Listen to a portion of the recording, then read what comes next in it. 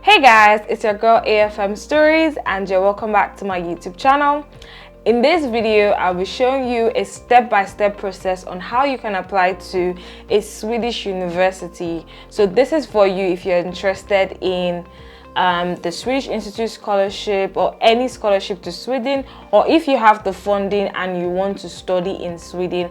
I'm going to be showing you the step-by-step process with my laptop right here. So I'm going to be showing you a screen recording of how you can do this. So this is not going to be abstract stuff. I'm going to be showing you step by step.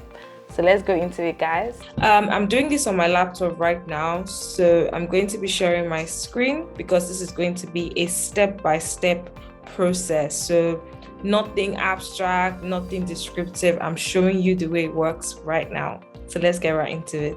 I've already opened the website, but the website is universityadmissions.se. So let me just give a backstory about this website. So Sweden is actually quite unique in the application process. So a lot of universities or a lot of countries like the UK, like the US, many schools have like unique application processes. So for example, if you're interested in like 4 schools or 5 schools, you have the opportunity, for example, in the UK to apply to 5 different schools, individual applications, and you're not restricted.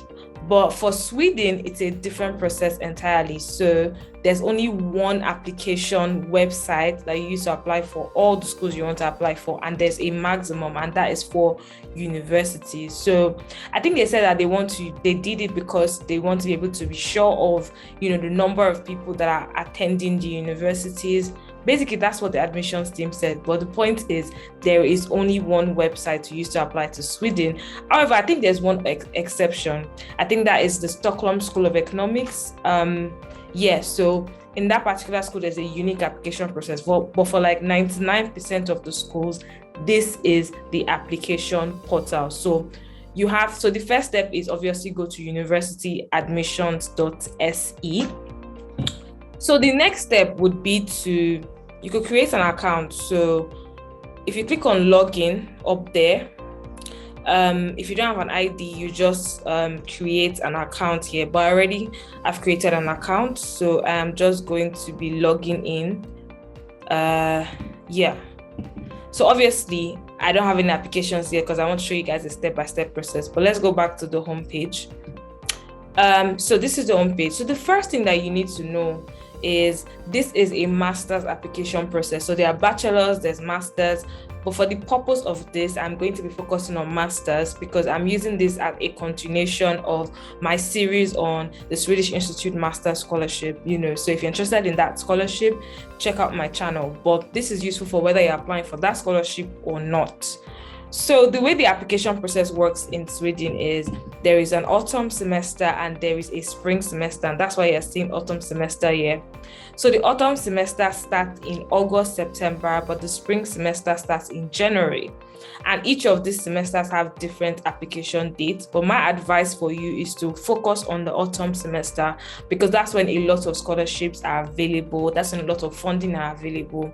And I was in a webinar with the admissions team, and they said that, a lot of the courses are actually structured to start in the autumn semester. So it's just best to apply for the autumn semester, really.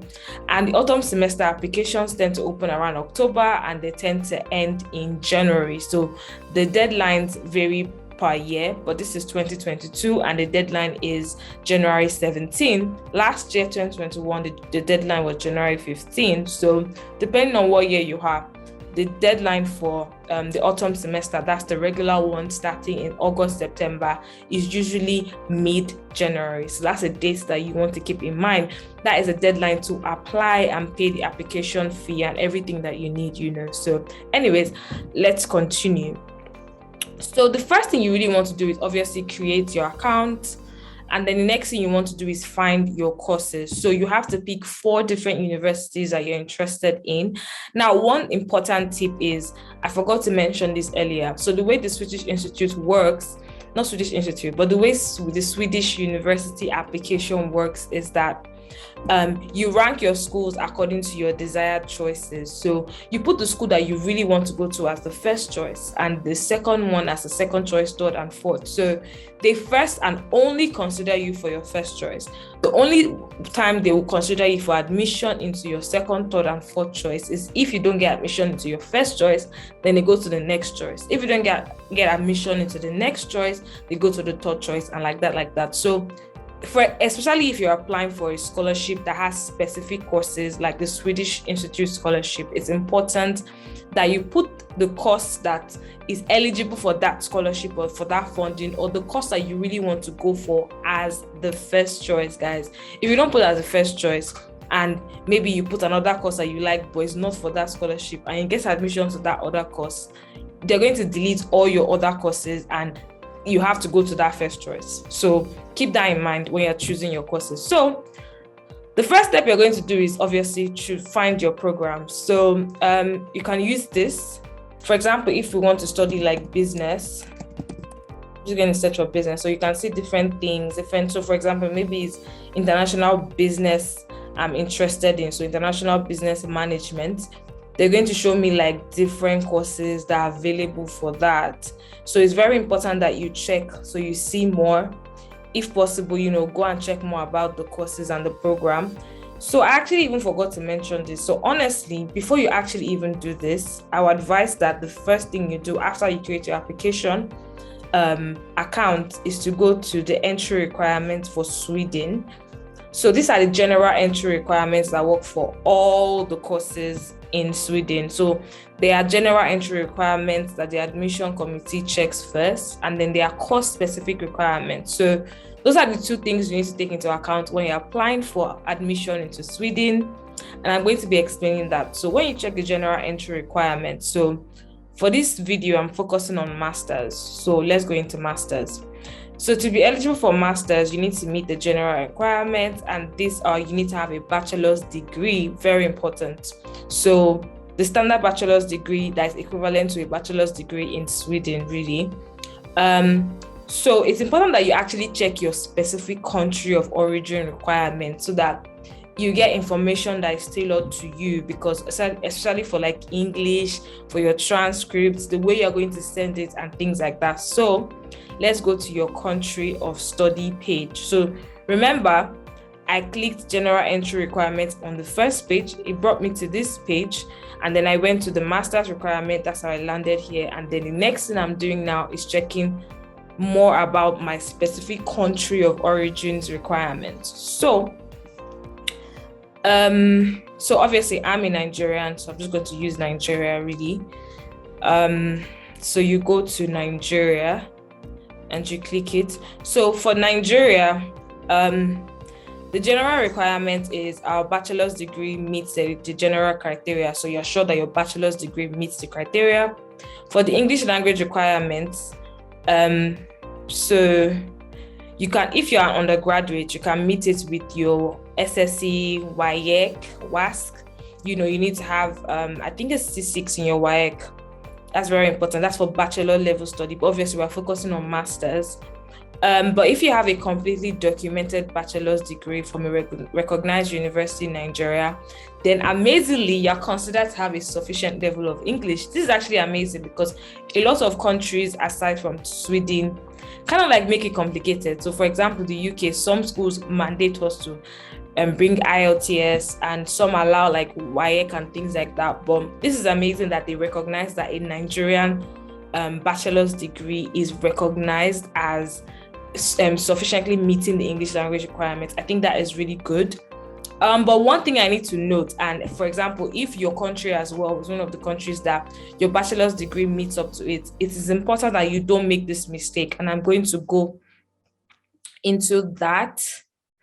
So I don't know if I can find it, but basically I was in a webinar with the admissions team, and they mentioned that a certificate alone is not enough to prove that maybe a certificate from your university saying that, oh, you meet the English language requirement, or a letter from your university saying you meet the English language requirement is not sufficient to prove that your bachelor's degree meets that English requirement. So there are certain countries that they allow, some European countries.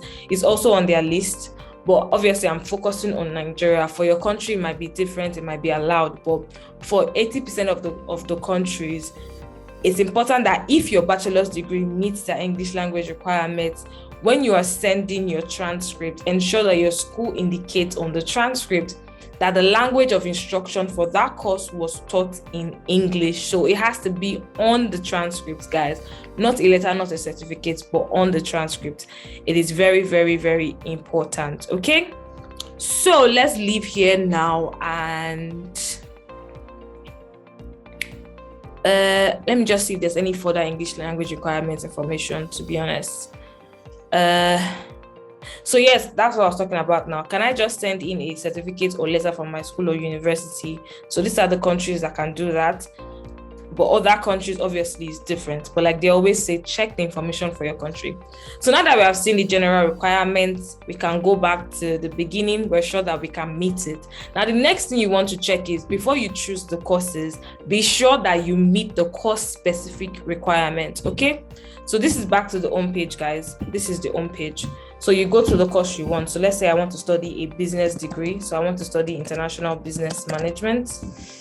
So that's what I checked for. So I'm going to click on master's level. Yeah, so this is master's level, guys. So we're going to master's level now. And these are the different requirements. So you open the school. So I'm opening, okay, so obviously, like I said earlier, the Stockholm School of Economics is one of the schools that has a separate application process, and you can see that that's the first one.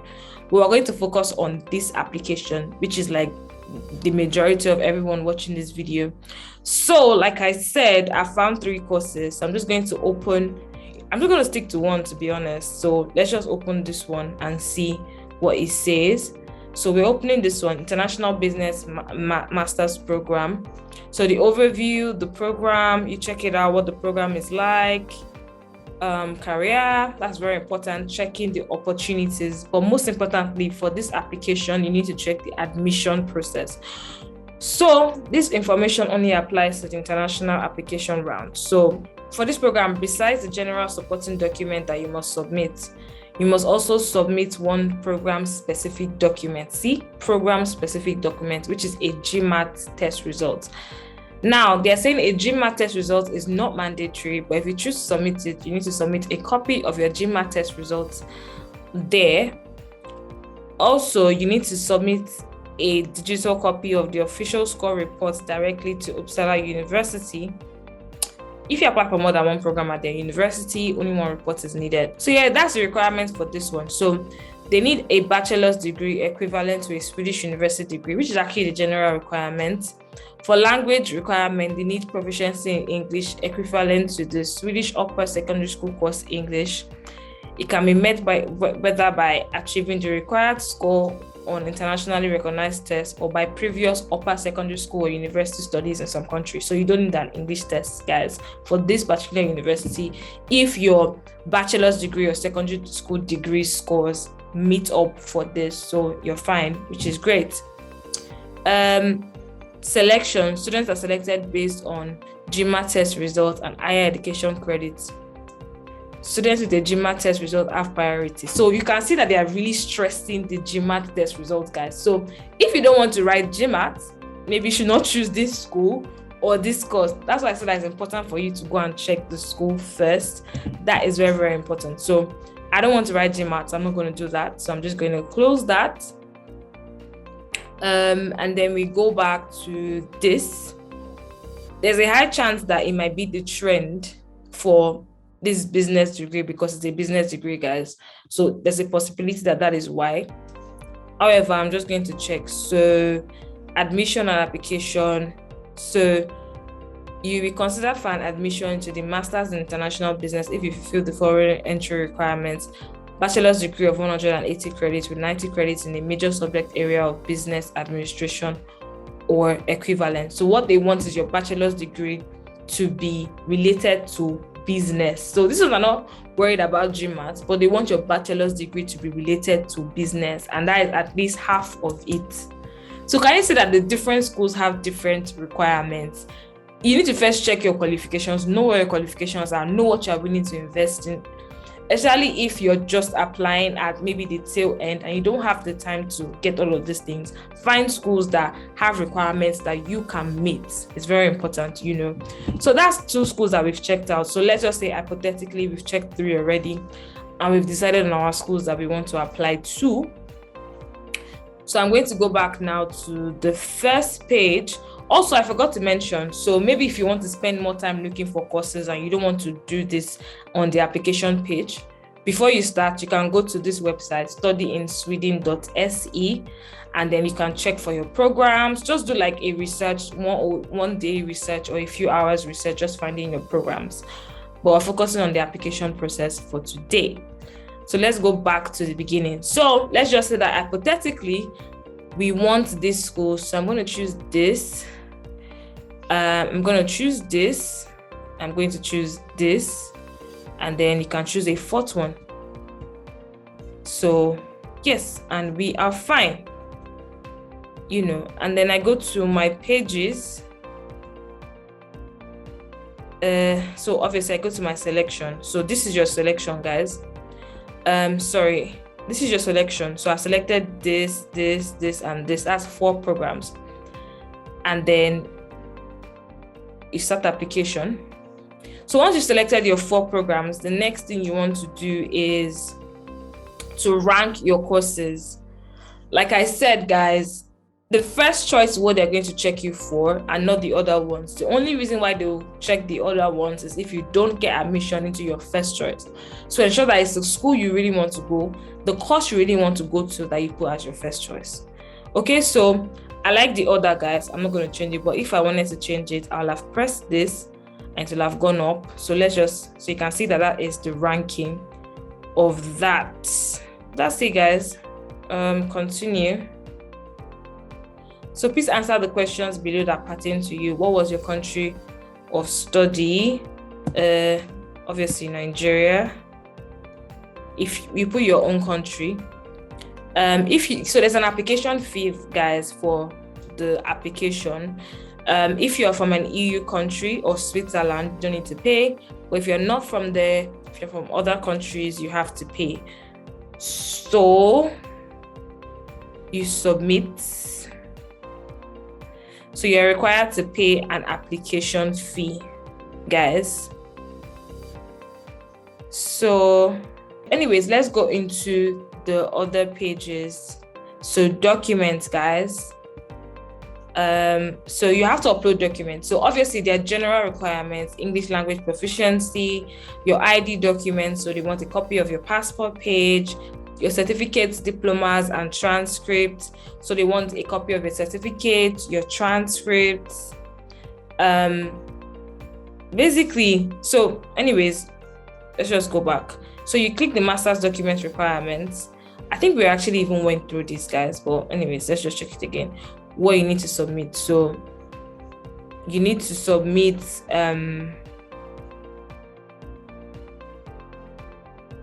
a CV, motivation letter, references. You find it here. So this is document tab, guys. You find the document tab in the document tabs place. So you click documents and then you find it. I don't know why my laptop is hanging, but anyways. So yeah, you upload the documents required. So the general requirements, which is like your bachelor's degree certificate, your transcripts, your ID documents, so whether it's your passport or your national identity card, your English documents, so your upper secondary school English results, or IELTS if you write IELTS, or like or your transcripts stating specifically that you meet the English language requirements. And then if your school is like one of the schools that we checked that said you need a GMAT, you upload it. If your school also requests for like a letter of motivation, letter of intent, you should also upload it. Now, a lot of people actually get concerned here because they're like, oh, should I upload the wrong one? Should I upload all three to the same application process? What if I write the same thing for all the three different schools? Would they read each other's application, letter of motivation and things like that? The advice I have for you is that when you're uploading the document, you're specific. So, for example, if your letter of motivation is for University of Lund, you say for Lund, so that is very clear and it helps them to easily sort it out, really. But do not bother about whether you're reading or whether you're not reading it. I was in a webinar with the admissions committee and they said it doesn't matter if people are reading, they don't even check each other's own, as long as you're specific about, what was the letter of motivation, what the letter of motivation you're uploading is for, what school, and they say there's no need to upload anything that is not necessary. So don't waste your time uploading things that they did not ask for, because it can slow your application process. Ensure to name your documents, guys. Be specific about it. Anyways, so you select the certificate. Obviously it's not here, so you can select other documents and then you choose the file and you upload. So that's how you upload your document, guys. You find it in my pages. So yeah, you find it in my pages, so the documents tab, and that's where you upload the documents. Okay, so they're sending me a message, guys. Okay, so they want you to send it while the deadline for submitting or supporting documents is 1st February. We strongly encourage all applicants to complete their application as early as possible. This increases chances of it being accessed, blah, blah, blah. So the official deadline for you to submit the application is January 17, which is what I've already done. But the deadline to upload your document and pay the application fee is February 1st. So it's important to submit the application as fast as possible and then now upload all the supporting documents.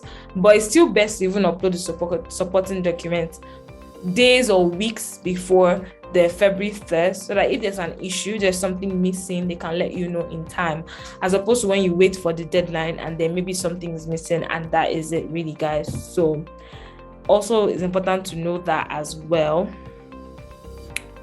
So I've showed you how to do the documents. I think that's really it. And then, so anyways, guys, they will not process your application if you don't pay the application fee or if you don't show them that you are exempt from paying the fee. And the only way you can do that is by showing your passport from an EU country, or Switzerland, really.